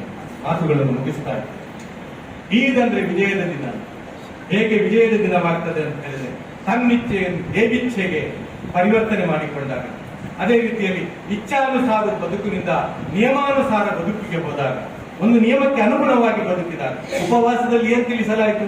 ಒಂದು ನಿಯಮಾನುಸಾರ ಬದುಕು ತಿಳಿಸಲಾಯಿತು. ನಾವು ನಿಷೇಧ ಮಾಡಿದ್ರೆ ಮತ್ತೆ ನೀವು ಮುಟ್ಲಿಕ್ಕಿಲ್ಲ. ನಾವು ಹೇಳ್ತೇವೆ ನೀವು 3 ಗಂಟೆಯಿಂದ 4 ಗಂಟೆಗೆ ಊಟದಿಂದ ಮುಗಿಸ್ಬೇಕು. ಊಟ ಮಾಡ್ಲಿಕ್ಕೆ ಉಂಟ ನಿಮ್ಗೆ, ಆವಾಗ ಮಾಡಿ ನಿದ್ರೆ ಬರ್ತದೆ, ಸುಸ್ತಾಗ್ತದೆ, ಹೇಳ್ಲಿಕ್ಕಾಗುದಿಲ್ಲ. ಇದೆಲ್ಲ ಇಲ್ಲ, ನಮ್ಮ ಆಜ್ಞೆ ಇದೆ, ನೀವು ಮಾಡಬೇಕು. ಅದೇ ರೀತಿಯಲ್ಲಿ ಸೂರ್ಯ ಅಸ್ತಮಿಸಿದ ಕೂಡಲೇ ನೀವು ಬಿಡ್ಬೇಕಲ್ಲ. ನಾನು ಬಿಡುದಿಲ್ಲ, 8 ಗಂಟೆ ತನಕ ಇರ್ತೇನೆ, ನನಗೆ ಸ್ವಲ್ಪ ಜಾಸ್ತಿ ಪುಣ್ಯ ಬೇಕು ಅಂದ್ರೆ ಅದು ಆಗುದಿಲ್ಲ. ಯಾವಾಗ ನಾವು ಹಿಡಿಲಿಕ್ಕೆ ಹೇಳ್ತೇವೆ ಆವಾಗ ಹಿಡಿಬೇಕು, ಯಾವಾಗ ಬಿಡ್ಲಿಕ್ಕೆ ಹೇಳ್ತೇವೆ ಆವಾಗ ಬಿಡಬೇಕು. ಒಂದು ನಿಬಂಧನೆಗೆ ನಾವು ನಿಮ್ಮನ್ನು ಒಳಪಡಿಸಿ ಒಂದು ಪರೀಕ್ಷೆ ನಿಮ್ಮನ್ನು ಮಾಡ್ತಾ ಇದ್ದೇವೆ. ಅಂದ್ರೆ ಈ ಊಟ ಬಿಡುವುದಂತ ಹೇಳಿದ್ರೆ ಕೇವಲ ಮನೆಯ ಊಟ ಬಿಡುವುದು ಮಾತ್ರ ಅಲ್ಲ, ಇದರಲ್ಲಿ ಏನು ಅಡಕವಾಗಿದೆ ಅಂದ್ರೆ ಬೇರೆ ಯಾರ ಸಂಪತ್ತು ಕೂಡ ಅದು ನನ್ನ ಸಂಪತ್ತಿನಲ್ಲಿ ಬಂದು ಸೇರಬಾರದು. ಅನ್ಯಾಯದ ಒಂದು ತುತ್ತು ಕೂಡ ನನ್ನ ಮನೆಗೆ ಬರಬಾರದು. ಯಾಕೆ ಆಹಾರದಿಂದ ತಡೆಯಲಾಯಿತು ಅಂದ್ರೆ, ನಿನ್ನ ಅನ್ನ ಬೇಯಿಸುವ ನೀರಿನಲ್ಲಿ ನಿನ್ನ ಬೆವರ ಹನಿಗಳೇ ಇರಬೇಕೆ ಹೊರತು ಬೇರೆಯವರ ಕಣ್ಣೀರ ಹನಿ ಇರಬಾರದು. ಇದು ಧರ್ಮ ಕಲಿಸಿಕೊಡು. ನೀನು ಸಂಪಾದನೆ ಮಾಡಿ ತಂದಂತಹ ಆಹಾರ, ಅದರ ಮೇಲೆ ನಾವು ನಿಬಂಧನೆ ಇದ್ದೇವೆ. ನಾನು ಹೇಳಿದ್ದೇನಲ್ಲ, ಹಲಾಲ್ ಸಂಪಾದನೆ ಮಾಡಿದ ಆಹಾರ, ಅದರ ಮೇಲೆ ನಾವು ನಿಬಂಧನೆ ಯಾಕೆ ಹೇಗಿದ್ದೇವೆ ಅಂದ್ರೆ, ಬೇರೆಯವರ ಸಂಪತ್ತು ಯಾವತ್ತೂ ಕೂಡ ನಿನ್ನ ಸಂಪತ್ತು ಅಂತ ನೀನು ಎಣಿಸ್ತಾರೆ. ಅವರ ಸಂಪತ್ತು ಅವರ ಸಂಪತ್ತು, ನಿನ್ನ ಸಂಪತ್ತು ನಿನ್ನ ಸಂಪತ್ತು. ಯಾರಿಗಾದ್ರೂ ಕೊಟ್ಟ ನಂತರ ಅದು ನಿನ್ನದಾಯಿತು ಅಂತ ಕಬಳಿಸುವಂಥದ್ದು, ಅನ್ಯಾಯ ಮಾಡುವಂಥದ್ದು, ಭ್ರಷ್ಟಾಚಾರ ಮಾಡುವಂಥದ್ದು, ಕದಿಯುವಂಥದ್ದು, ಇದೆಲ್ಲವೂ ಸಲ್ಲದು. ನಿನ್ನದನ್ನು ಮಾತ್ರ ನೀನು ತಿನ್ನಬೇಕು ಅಂತೇಳಿ ಹೇಳಲಾಯಿತು. ಇದೆಲ್ಲ ಆದಾಗ ಏನಾಗ್ತದೆ ಅಂದ್ರೆ ಒಂದು ವಿಜಯ ಪ್ರಾಪ್ತಿಯಾಗ್ತದೆ. ಅಂದ್ರೆ ಇದರ ಅರ್ಥ ತನ್ನ ಮನಸ್ಸನ್ನು ನಿಗ್ರಹಿಸಬೇಕು ಅಂತ ಹೇಳಿ ಅಲ್ಲ. ನಿಗ್ರಹ ಇಲ್ಲ, ಬದಲಾಗಿ ಪಲಾಯನವೂ ಇಲ್ಲ, ಸಮಾಜ ಬಿಟ್ಟು ಓಡಬೇಕಂತ ಹೇಳಿ ಇಲ್ಲ. ನೀನು ಹೆಂಡತಿ ಮಕ್ಕಳನ್ನು ಎಲ್ಲರನ್ನು ಕೂಡಿಕೊಂಡು ಈ ಸಮಾಜದಲ್ಲಿ ಇದ್ದುಕೊಂಡು ಈ ಸಮಾಜದ ಆಗು ಹೋಗುಗಳಿಗೆ ಸ್ಪಂದಿಸಿ ನೀನು ಇದ್ದುಕೊಂಡೇ ನಿನ್ನ ಜೀವನವನ್ನು ನಡೆಸಬೇಕು. ಆದ್ರೆ ಅದರಲ್ಲಿ ನಿಯಂತ್ರಣ ಇರಬೇಕು ಅಂತ ಹೇಳಿ ನೋಡಿ, ತನ್ನ ಸ್ವಂತ ಪತ್ನಿಯನ್ನು ಕೂಡ ದೂರ ಇಡಲಾಯಿತು ಉಪವಾಸದ. ಸ್ವಂತ ಪತ್ನಿಯ ಬಗ್ಗೆ ಇಸ್ಲಾಂ ಹೇಳುತ್ತೆ ಅವಳು ಹಲಾಲ್ ಅಂತೇಳಿ, ಮದುವೆ ಆದ್ರೆ ನಿಮ್ಗೆ ಹಲಾಲ್ ಆದ್ದು ಅಂತ. ಯಾಕೆ ದೂರ ಇಡಲಾಯಿತು? ಬೇರೆಲ್ಲ ಮಹಿಳೆಯರು ಒಂದೋ ನಿನ್ನ ತಾಯಿಯಾಗಿದ್ದಾರೆ, ಒಂದೋ ನಿನ್ನ ಸಹೋದರಿಯಾಗಿದ್ದಾಳೆ, ಒಂದೋ ನಿನ್ನ ಪುತ್ರಿಯೋ ಸೊಸೆಯಾಗಿದ್ದಾಳೆ ಹೇಳುವಂತಹ ಕಲ್ಪನೆ ಇದೆ, ಆ ಮೈಂಡ್ ಸೆಟ್ ಇದೆ. ಅದು ಬರಬೇಕು ಅಂತೇಳಿ ಸ್ವಂತ ಪತ್ನಿಯನ್ನು ಉಪವಾಸದ ಸಂದರ್ಭದಲ್ಲಿ ದೂರ ಇಟ್ಟು ಒಂದು ಸುಂದರ ಸಮಾಜ ಕಟ್ಟಿ. ನಾನು ಎಲ್ಲಿಗಾದರೂ ಪ್ರವಾಸಕ್ಕೆ ಹೋದರೆ ನನ್ನ ಪ್ರಾಯಕ್ಕೆ ಬಂದ ಹೆಣ್ಣು ಮಗಳು ನನ್ನ ನೆರೆಮನೆಯಲ್ಲಿ ಒಬ್ಬ ಹಿಂದುವೋ ಕ್ರೈಸ್ತವನೋ ಲಿಂಗಾಯತನೋ ಒಕ್ಕಲಿಗನೋ ಇದ್ರೆ ಅವರ ಮನೆಯಲ್ಲಿ ಬಿಟ್ಟು ಇವರು ಒಂದೆರಡು ದಿವಸಕ್ಕೆ ನಾವು ಪ್ರವಾಸಕ್ಕೆ ಹೋಗಿ ಬರ್ತೇವೆ ಹೇಳುವಂತ ಒಂದು ಸಮಾಜ ನಿರ್ಮಾಣವಾಗಬೇಕು ಹೇಳುವಂತಹ ಕಾರಣಕ್ಕೆ ಈ ನಿಬಂಧನೆಗಳನ್ನು ಕೊಡಲಾಗಿದೆ. ಯಾರಾದ್ರೂ ನನ್ನ ಹಿಂದೂ ಸಹೋದರರು ಹೋಗುವಾಗ ಮುಸ್ಲಿಮರ ಮನೆಗೆ ನನ್ನ ಮಗಳು ಅಥವಾ ನನ್ನ ಮಡದಿ ಒಂದೆರಡು ದಿವಸ ನಿಮ್ಮ ಮನೆಯಲ್ಲಿ ಇರಲಿ, ಅವಳು ಇಲ್ಲಿ ಇದ್ರೆ ಸುರಕ್ಷಿತವಾಗಿ ಇರ್ತಾಳೆ ಹೇಳುವ ಭರವಸೆ ನನಗಿದೆ ಅಂತ ಒಂದು ಭರವಸೆ ಭರಿತವಾದಂತಹ ಸಮಾಜವನ್ನು ಕೊಡಬೇಕು ಅಂತ ಹೇಳಿ ಕುರಾನ್ ನಿಮಗೆ ಭರವಸೆಯ ಸಮಾಜ ಬೇಕು, ಪ್ರೀತಿಯ ಸಮಾಜ ಬೇಕು, ನಿಮಗೆ ಎಲ್ಲರೂ ನನ್ನವರು ಅಂತ ಹೇಳಿ ತಿಳಿಯುವಂತಹ ಒಂದು ಸಮಾಜ ಬೇಕು ನಿಮಗೆ ಅಂತ ಹೇಳಿ ಆ ಕಲ್ಪನೆಯನ್ನು ಈ ಉಪವಾಸದ ಮೂಲಕ ಕೊಡಲಾಗಿದೆ. ಈ ಉಪವಾಸ ಹೇಗೆ ಆಚರಿಸಬೇಕು ಅಂತ ಹೇಳಿದ್ರೆ ಪರಲೋಕದ ಆ ಕಲ್ಪನೆಯೊಂದಿಗೆ ಆಚರಿಸಬೇಕು ಅಂತ ಹೇಳಿ ಕುರಾನ್ ಹೇಳಿದ್ದು ಕದ ಅಫಲಹನಂದಕ್ಕ ಒಕ್ಕದ ಖಾಬವನ್ನಸ. ಯಾರು ತನ್ನ ಆತ್ಮವನ್ನು ಸಂಸ್ಕರಿಸಿಕೊಂಡು ಈ ಸಮಾಜದ ಕೆಡುಕುಗಳಿಂದ ಅವನು ಮೇಲಕ್ಕೆ ಏರಿಸಿದನು ಅವನು ಯಶಸ್ವಿಯಾದನು. ಇನ್ನೊಂದು ಕಡೆ ಕುರಾನ್ ಹೇಳ್ತದೆ ಅಮ್ಮಾ ಮನ್ ಖಾಫ ಮಕಾಮ ರಬ್ಬಿಹಿ ವನಹ ನಫ್ಸ ಅನಿಲ್ ಹವಾ ಫಇನ್ನಲ್ ಜನ್ನತ ಹಿಯಲ್ ಮಾವಾ. ತನ್ನ ಪ್ರಭುವನ್ನು ನಾಳೆ ನನಗೆ ಭೇಟಿಯಾಗಲಿಕ್ಕಿದೆ ಹೇಳುವಂತಹ ಆ ಕಲ್ಪನೆಯೊಂದಿಗೆ ಯಾರು ತನ್ನ ಆತ್ಮವನ್ನು ಸಂಸ್ಕರಿಸಿಕೊಂಡನೋ ಅವನಿಗೆ ಸ್ವರ್ಗವೇ ನಿವಾಸವಾಗ್ತದೆ, ಸ್ವರ್ಗ ಅವನ ನಿವಾಸವಾಗ್ತದೆ. ಅಂದ್ರೆ ನಮ್ಗೆ ನಾಳೆ ಸಾಯಲೇಬೇಕಾದ್ರೆ ಯಾರು ಬದುಕಿಬಿಡುತ್ತಾರೆ? ಯಾರಾದ್ರೂ ಇಲ್ಲಿ ಬದುಕಲಿಕ್ಕೆ ಬಂದಿದ್ದಾರ? ಒಂದು ಸಮಯ ಇದೆ, ಅಷ್ಟರ ತನಕ ಮಾತ್ರ ಇಲ್ಲಿ ಬದುಕುವಂತ. ಈ ಉಸಿರು ಹೋಗಿಬಿಟ್ರೆ ಮತ್ತೆ ಯಾರು ಬದುಕಲಿಕ್ಕಿಲ್ಲ. ಇಲ್ಲಿ ಗಾಳಿ ಇರ್ತದೆ, ಆ ಗಾಳಿಯಲ್ಲಿ ಆಕ್ಸಿಜನ್ ಕೂಡ ಇರ್ತದೆ. ಗಾಳಿಯಲ್ಲಿ ಆಕ್ಸಿಜನ್ ಇರ್ತದೆ ಅಂತ ಹೇಳಿದ್ರೆ ಜನಸಾಮಾನ್ಯರಾದ ನಮ್ಮನಿಗೆ ಗೊತ್ತಾದ್ದು ಕೊರೋನಾ ಬಂದ ನಂತರ ಗಾಳಿಯಲ್ಲಿಯೂ ಕೂಡ ಆಕ್ಸಿಜನ್ ಇದೆ. ಆಕ್ಸಿಜನ್ ಮಹತ್ವ ನಮ್ಗೆ ಗೊತ್ತಾಯ್ತು, ಇದಕ್ಕಿಷ್ಟು ಮಹತ್ವ ಇದೆ, ಗಾಳಿಯಲ್ಲೇ ಇದೆ ಆಕ್ಸಿಜನ್ ಹೇಳುವಂಥದ್ದು. ಅದು ಕಡಿಮೆ ಆದ ಕಾರಣ ಮತ್ತೆ ಸಿಲಿಂಡರ್ ತಗೊಂಡು ಹೋಗಿ ಅಲ್ಲಿ ನಮಗೆ ಎಕ್ಸ್ಟ್ರಾ ಆಕ್ಸಿಜನ್ ಕೊಟ್ಟಿರುವುದು. ಈ ಬದುಕನ್ನು ನಮ್ಗೆಲ್ಲ ಇಲ್ಲಿ ಬಿಟ್ಟು ಹೋಗ್ಲೇಬೇಕು. ಯಾರು ಕೂಡ ಇಲ್ಲಿ ಇರ್ಲಿಕ್ಕೆ ಬಂದವರಲ್ಲ. ಬಹಳ ನಶ್ವರವಾದಂತಹ ಜೀವನದಲ್ಲಿ ನಾನು ಮತ್ತು ನೀವು ಸಾಗಿ ಹೋಗ್ತಾ ಇರುವಂತ. ಇದನ್ನು ಮೊದಲು ಕೂಡ ಹುಬ್ಬಳ್ಳಿಯ ಭಾಷಣದಲ್ಲಿ ನಾನು ಹೇಳಿದ್ದೆ. ಬೆಳಿಗ್ಗೆ ಬಟನ್ ಹಾಕಿದ್ದೇನೆ, ಈಗ ರಾತ್ರಿ ಬಟನ್ ನಾನ್ ತೆಗಿತೇನೋ ಬೇರೆಯವರು ತೆಗಿತಾರೆ ಹೇಳುವಂತ ಗ್ಯಾರಂಟಿ ನನಗೂ ಇಲ್ಲ, ನಿಮಗೂ ಇಲ್ಲ. ಅಂತ ಸಂದಿಗ್ಧತೆಯಲ್ಲಿ ನಾವು ಬದುಕ್ತಾ ಇರುವಂತದ್ದು. ಇವತ್ತು ಬೆಳಿಗ್ಗೆ ಸ್ನಾನ ಮಾಡಿದ್ದೇನೆ ತಂಬಿಗೆಯಲ್ಲಿ ನೀರು ಹಾಕೊಂಡು, ನಾಳೆ ಸ್ನಾನ ನಾನೇ ಮಾಡಿಕೊಳ್ತಾರೆ ಬೇರೆಯವರು ಮಾಡಿಕೊಳ್ತಾರೆ ಹೇಳುವಂತ ಗ್ಯಾರಂಟಿ ನನಗೂ ಇಲ್ಲ, ನಿಮಗೂ ಇಲ್ಲ. ಬಹಳ ನಶ್ವರವಾದಂತಹ ಟೆಂಪರರಿ ಆದಂತಹ ಎಕ್ಸ್ಪ್ರೆಸ್ ಜೀವನದಲ್ಲಿ ನಾನು ಮತ್ತು ನೀವು ಆಗ ಹೋಗ್ತಾ ಇದ್ದೇವೆ. ಯಾಕೆ ಈ ಗಲಾಟೆಗಳು? ಯಾಕೆ ಈ ಸಮಸ್ಯೆಗಳು? ಯಾಕೆ ಈ ವೈಷಮ್ಯಗಳು? ಏನು ಮಾಡಿ ಮಾಡಿ ಎಲ್ಲಿ ಇರ್ತೀರಿ? ಎಲ್ಲಿಗೆ ತಗೊಂಡು ಹೋಗ್ತೀರಿ? ಎಲ್ಲಿಯ ತನಕ ಅಧಿಕಾರ? ಎಲ್ಲಿಯ ತನಕ ಈ ಸಂಪತ್ತು? ಯಾರಿಗೆ ತಿನ್ಲಿಕ್ಕಿದು? ಯಾರಿಗಾಗಿ ಮಾಡ್ತಾ ಇದ್ದೀರಿ? ನಮ್ಮೆಲ್ಲರನ್ನು ಒಡೆದು ಏನು ನೀವು ಕೂಡ ಹಾಗೆ ಜೀವಿಸ್ತೀರಂತ ಹೇಳಿ ಭಾವಿಸಿಕೊಂಡಿದ್ದೀರಾ? ಯಾರು ಸಮಾಜವನ್ನು ಒಡೆದಿದ್ದಾರೆ? ಯಾರು ಕುಟುಂಬವನ್ನು ಒಡೆದಿದ್ದಾರೆ? ಯಾರು ಸಹೋದರ ಸಹೋದರಿಯನ್ನು ಒಡೆಸಿದ್ದಾರೆ? ಅವರು ಕೂಡ ಒಡೆದು ಹೋಗುತ್ತಾರೆ ಹೇಳುವುದಕ್ಕೆ ಇತಿಹಾಸದಲ್ಲಿ ತುಂಬಾ ಪಾಠಗಳಿವೆ. ಇತಿಹಾಸ ತುಂಬಾ ಪಾಠ ಕಲಿಸಿದೆ. ಈ ಭೂಮಿಯ ವೈಶಿಷ್ಟ್ಯತೆ ಏನು ಅಂದ್ರೆ, ಈ ಭೂಮಿಯ ಸತ್ಯ ಏನು ಅಂದ್ರೆ, ಇಲ್ಲಿ ಹಾಲು ಕುಡಿದವನಿಗೆ ಬದುಕುವುದಿಲ್ಲ, ಅವನಿಗೆ ಸಾವಿದೆ. ವಿಷ ಕುಡಿದು ಬದುಕುವುದಿಲ್ಲ. ನ್ಯಾಯವಂತನಿಗೆ ಬದುಕಲಿಕ್ಕಾಗುವುದಿಲ್ಲ, ಅನ್ಯಾಯ ಮಾಡಿ ಬದುಕುವುದಂತೆ ಈ ಭೂಮಿಯಲ್ಲಿ ಸಾಧ್ಯ ಉಂಟ? ನಮ್ಗೆಲ್ಲ ತಾಳ್ಮೆ ಬೇಕಾಗ್ತದೆ, ನಮ್ಗೆಲ್ಲ ತಾಳ್ಮೆ ಬೇಕಾಗ್ತದೆ. ಆ ಶಕ್ತಿ ನಮಗೆ ಬೇಕಾಗ್ತದೆ, ಸಹಿಸುವಂತಹ ಶಕ್ತಿ ಬೇಕಾಗ್ತದೆ. ನಮಗೆ ಕೆಡುಕನ್ನು ಕೆಡುಕಿನಿಂದ ವಿರೋಧಿಸಲಿಕ್ಕೆ ಖಂಡಿತ ಸಾಧ್ಯ. ಕೆಡುಕನ್ನು ಕೆಡುಕಿನಿಂದ ಖಂಡಿತ ವಿರೋಧಿಸಲಿಕ್ಕೆ ಸಾಧ್ಯ ಆಗುವುದಿಲ್ಲ. ಕುರಾನ್ ಹೇಳ್ತದೆ ಕೆಡುಕನ್ನು ಉತ್ತಮ ಒಳಿತಿನಿಂದ ಎದುರಿಸಬಹುದು. ಅಷ್ಟು ಮಾತ್ರ ಅಲ್ಲ, ಕುರಾನ್ ಹೇಳುವಂತದ್ದು ನೀವು ಅತ್ಯುತ್ತಮ ಒಳಿತಿನಿಂದ ಕೆಡುಕನ್ನು ಎದುರಿಸಿ. ಗಲಾಟೆಗೆ ಗಲಾಟೆ ಮೊದಲಲ್ಲ. ಯಾರೋ ಪ್ರವಾದಿಗಳಿಗೆ ಬಗ್ಗೆ ಏನೋ ಬರೀತಾರೆ, ಅದಕ್ಕೆ ನಾವು ಟೆನ್ಷನ್ ಮಾಡಿಕೊಳ್ಳುವಂತ ಅಗತ್ಯ ಇಲ್ಲ. ನಮ್ಮ ಮಸೀದಿಗೋ ಮಂದಿರಕ್ಕೋ ದೇವಸ್ಥಾನಕ್ಕೋ ಯಾರಾದ್ರೂ ಕಲ್ಲು ಹೊಡಿತಾರೆ, ಟೆನ್ಷನ್ ಮಾಡಿಕೊಳ್ಳುವಂತಹ ಅಗತ್ಯ ಇಲ್ಲ. ಯಾಕೆ ಅಗತ್ಯ ಇಲ್ಲ ಅಂದ್ರೆ ಮಂದಿರ, ಮಸೀದಿ, ಚರ್ಚ್, ಗುರುದ್ವಾರಗಳಲ್ಲಿ ಧರ್ಮ ಇಲ್ಲ. ತಪ್ಪು ನೋಟ್ ಮಾಡ್ಕೊಳ್ಬೇಡಿ, ತಪ್ಪು ತಿಳ್ಕೊಳ್ಬೇಡಿ. ಮನುಷ್ಯ ಕಟ್ಟಿದ ಯಾವ ಕಟ್ಟಡದಲ್ಲಿಯೂ ಕೂಡ ಧರ್ಮ ಇಲ್ಲ. ಬಹಳ ಸ್ಪಷ್ಟವಾಗಿ ಅಧ್ಯಯನದ ನಂತರ ಹೇಳ್ತಾ ಇದ್ದೇನೆ, ಮನುಷ್ಯ ಕಟ್ಟಿದ ಯಾವ ಕಟ್ಟಡದಲ್ಲಿ ಧರ್ಮ ಇಲ್ಲ. ಧರ್ಮ ಇರುವುದು ದೇವರು ಕಟ್ಟದ ಎಸ್ತಿ ಪಂದ್ಯದ ಹೇಳುವಂತ ಹೃದಯದಲ್ಲಿ ಇದೆ ಹೇಳುವಂತ ಸತ್ಯ ನಾವು ಅರ್ಥ ಮಾಡಿಕೊಳ್ಬೇಕು. ಧರ್ಮ ಇಲ್ಲಿ ಇದೆ. ಯಾರಾದ್ರೂ ಮಸೀದಿ ಬೀಳಿಸಿ ನಾನು ಧರ್ಮವನ್ನು ಬೀಳಿಸಿದೆ ಅಂತ ಹೇಳಿದ್ರೆ ಅವರಿಗೆ ಹೇಳಬೇಕು, ನೀವು ಹುಚ್ಚಿರುವರು. ಮಂದಿರ ಒಡೆದು ಖುಷಿ ಆಗುವಂತಹ ಅಗತ್ಯ ಇಲ್ಲ, ಮಸೀದಿ ಒಡೆದು ಖುಷಿ ಆಗುವಂತಹ ಅಗತ್ಯ ಇಲ್ಲ. ಅಲ್ಲಿ ಧರ್ಮ ಇಲ್ಲ. ಹೃದಯಗಳನ್ನು ಜೋಡಿಸ್ತೀರೋ ನೀವು ಧರ್ಮವನ್ನು ಜೋಡಿಸ್ತೀರಿ, ನೀವು ಧರ್ಮವನ್ನು ಕಟ್ಟುತ್ತೀರಿ. ಧರ್ಮ ಇರುವುದು ಹೃದಯವನ್ನು ಹೃದಯಗಳ ಜೊಟ್ಟಿಗೆ ಜೋಡಿಸುತ್ತಿರುವಂತಹದ್ದು ಧರ್ಮ.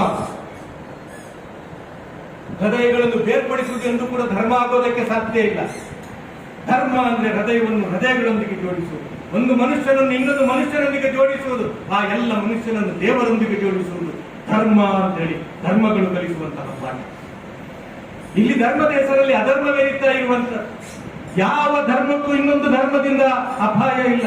ಯಾರು ತಪ್ಪು ತಿಳುವಳಿಕೆಗೆ ಒಳಗಾಗಬೇಕಾದಂತಹ ಅಗತ್ಯ ಇಲ್ಲ. ಹಿಂದೂ ಧರ್ಮಕ್ಕೆ ಮುಸ್ಲಿಮರಿಂದಲೋ, ಮುಸ್ಲಿಂ ಧರ್ಮಕ್ಕೆ ಹಿಂದೂಗಳಿಂದಲೂ ಅಪಾಯ ಇಲ್ಲ.